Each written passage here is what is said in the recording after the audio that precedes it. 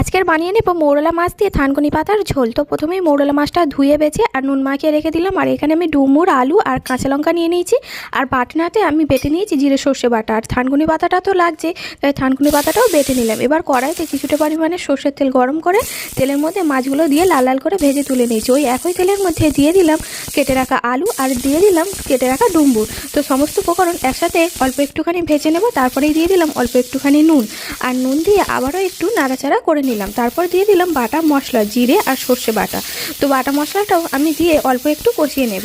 আর ঠিক এই সময়তেই বন্ধুরা কারেন্টটা চলে গেছে, তাই তরকারিটা একটু কালো কালো দেখাচ্ছে। তো মশলাটা কষানো হয়ে যেতে তার মধ্যেই দিয়ে দিয়েছিলাম চেরা কাঁচা লঙ্কা, হলুদ আর দিয়েছিলাম থানকুনি বাটা। আর সমস্ত উপকরণ একসাথেই ভালোভাবে নাড়াচাড়া করে নিয়ে তারপরে দিয়েছিলাম পরিমাণ মতো জল। আর ঝোলটা ফুটে উঠতেই তার মধ্যে দিয়ে দিয়েছিলাম ভেজে রাখা মৌরলা মাছ। তো হয়ে গেল মৌরলা মাছ দিয়ে থানকুনি পাতা বাটার ঝোল। দারুণ কিন্তু টেস্টি।